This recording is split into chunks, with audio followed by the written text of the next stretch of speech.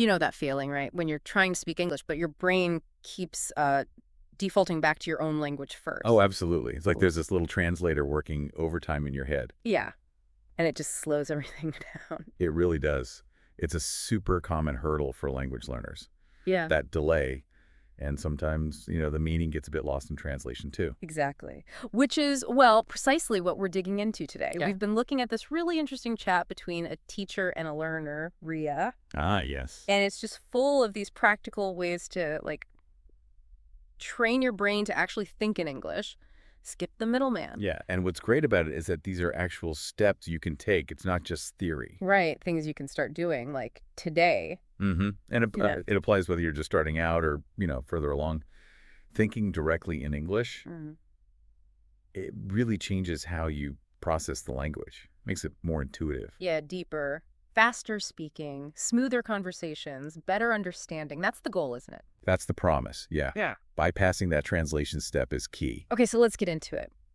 Why is thinking in English so crucial? Why is it such a game changer? Well, fundamentally, it creates that direct connection. You see a thing or have a thought, and the English word or phrase just pops up. Instead of thinking the word in your language, then searching for the English one. Exactly. You cut out that search time. Ria mentioned this, actually how she'd get stuck. Yeah, she said she'd slow down, sometimes lose track of where the conversation was even going because she was busy translating. Right. And I think, anyone who's learned a language has been there. Definitely. That constant mental back and forth Yeah. takes up so much brain power.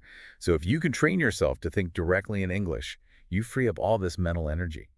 Energy you can then use for, like, actually understanding and responding more naturally. Precisely. And feeling more confident while you're doing it. Okay, so how do we start? Where's the first step in this brain rewiring process? It actually starts super simple, like almost surprisingly simple. Okay. The teacher suggests just looking around you, wherever you are, and naming things, just single words, in English. So, like, desk, chair, window, computer. Exactly that. It sounds basic, maybe, but it's about building that immediate object-to-English word link. And you can literally do it anywhere, right now, even while you're listening. It's foundational. But, okay, what if you look at something and you, like, blank on the English word? That's bound to happen, right? Yeah, that's a good point. The source actually covers that. The advice isn't to just stop or switch back to your native language. Right, you don't want to break that English thinking mode. Exactly. So instead, you try to describe the object using simple English words you do know. Ah, okay, so keep the flow going in English. Yeah. The example they used was bookshelf. If you don't know bookshelf, you might say. The place where I put my books. Exactly. Or Ria had a great one for paperclip. Oh, yeah? She described it as something that holds papers together. That works perfectly. Or a tool that keeps papers in place. Gets the meaning across without the specific word. And then, bonus, the teacher actually tells her the word is paperclip. So you still learn it, but you didn't get stuck. Right. It's a neat little strategy. Keep the momentum. Okay, so you practice naming things, describing them if needed. What's the next logical step? Moving beyond single words, I guess. Yep.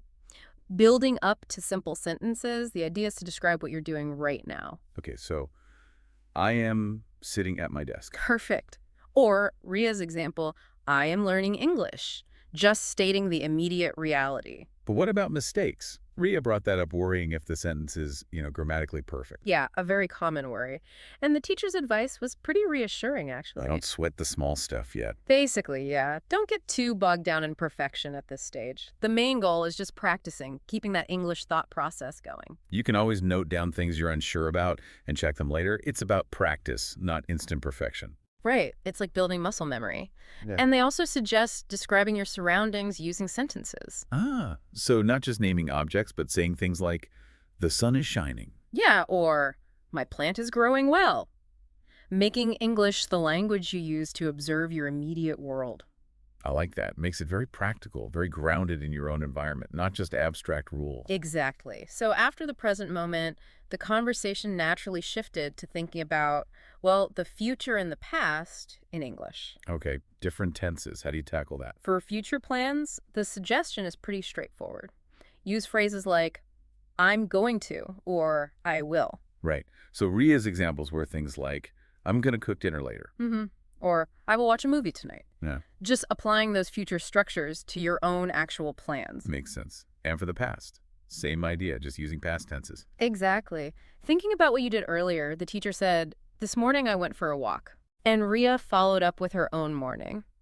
"This morning I had breakfast, and then I studied for a while. After that, I went to the grocery store." So it's like narrating your own day, your recent history, but doing it all internally in English. Yeah, like running a little English commentary track in your head. Okay, that makes sense. Yeah. But here's another common issue: vocabulary recall. You learn words, but then, poof, they vanish when you need them. Oh, the classic problem. Yeah, the source had some good strategies for that too. Like what? One big one was using new words immediately in a sentence. Don't just memorize the word, use it. Ah, so context helps cement it. Exactly. And also regular review, like maybe quickly glance at new words before bed or when you wake up. Keeping them fresh in your mind. Mm. Spaced repetition, essentially. Right. And they also mentioned tools like flashcards or apps. Ria said she just wrote words in a notebook. Which is fine, but maybe not as dynamic for review. Yeah, the teacher suggested flashcards or apps could make reviewing more, like, active and maybe even more effective for some people. Find what works for you. Right. Consistency is key, whatever method you choose. Okay, so vocabulary recall. Then the conversation went somewhere maybe a little unexpected, talking to yourself. Aha, yes. The teacher really pushed the idea of practicing speaking out loud, even if you're alone. Which can feel weird, right? Oh. Ria admitted it felt strange. Totally relatable. But the point is, it's actually super beneficial. How so? Well, it reinforces the learning, obviously. You get to practice pronunciation, rhythm, intonation, all without any pressure. Like a safe space to practice. Exactly. And it genuinely helps bridge that gap towards thinking directly in English. It makes the language feel more, active in your mouth, not just in your head. Okay, I can see that. And didn't they also suggest imagining conversations? Yes. Taking it a step further, Ria gave examples of just simple self-talk, like "I'm cooking dinner now," or "Okay, need to finish this task." But also imagining talking to someone else, like pretending to chat with a friend, "Hey, how was your day?" and then thinking about how you'd answer that in English. Ah, rehearsing dialogue. That makes sense. Especially for specific situations. Right, like ordering food or asking for directions. Ria had examples like, "Excuse me, where can I find the bread?" in a supermarket context. Or thinking, if I'm traveling, how do I ask how to get to the train station? Exactly. You're preparing yourself mentally for real-world interactions, building that mental muscle memory, like you said earlier. Okay, that's a really practical tip. What else? Another really good exercise was describing your whole day in detail in English. Like a running commentary, but more structured. Yeah, narrating it from start to finish. Ria gave this detailed example. "This morning, I woke up early and had breakfast. Then I went for a walk, enjoyed the fresh air, came back, studied English." You get the idea. Right, weaving everything together, vocabulary, tenses, sequence. And building on that, they suggested actually planning your day in English each morning. Oh, interesting. Like setting your intention for the day in English. Exactly. Keeps that English mindset going right from the start. Even something simple like Ria's example. "Today I'm going to study, then I'll meet a friend for coffee." It's about making English the default language for your internal monologue, isn't it? Pretty much, yeah. For planning, for observing. Which connects back to that idea of just describing what you're doing or seeing in the moment. Those simple observations. I'm drinking coffee, I'm walking to the store. Just keeping that channel open. Okay, so we've covered a lot of what to do, but let's circle back quickly to that getting stuck point. When you really don't know a word, the core advice is still. Describe it simply. Keep talking in English. Right. The umbrella example. The thing you use when it rains. Or Ria's remote control. Hmm. The device I use to change the channel on the TV. It works. It really does. And I liked the push to go beyond just physical objects. Ah, yeah, trying to describe more complex things. Like your thoughts or even your feelings in English. That felt like a significant step up. Totally. Ria's example was great. Right now I'm feeling excited because I'm learning new things. But also a little nervous because I want to make sure I'm doing everything correctly. Yeah. Being able to articulate that kind of internal state in English, that's real fluency building, isn't it? Absolutely. It shows a much deeper level of comfort and integration with the language. Okay, so the big question, the one everyone wants answered. How long does this all take? When does thinking in English become, like, automatic? Ah, the million-dollar question. And the answer is Well, it depends. Not very specific. Huh? No, but it's the truth. It really varies. The biggest factor is consistency. How much effort are you putting in regularly? Right. Practice makes, well, not perfect maybe, but progress. Exactly. Some people might feel a real shift after a few months of consistent practice. For others, it might take longer. Patience is key then. Patience and persistence. And remembering to start small. Single words, descriptions. Then simple sentences, then more complex thoughts. Build it up gradually.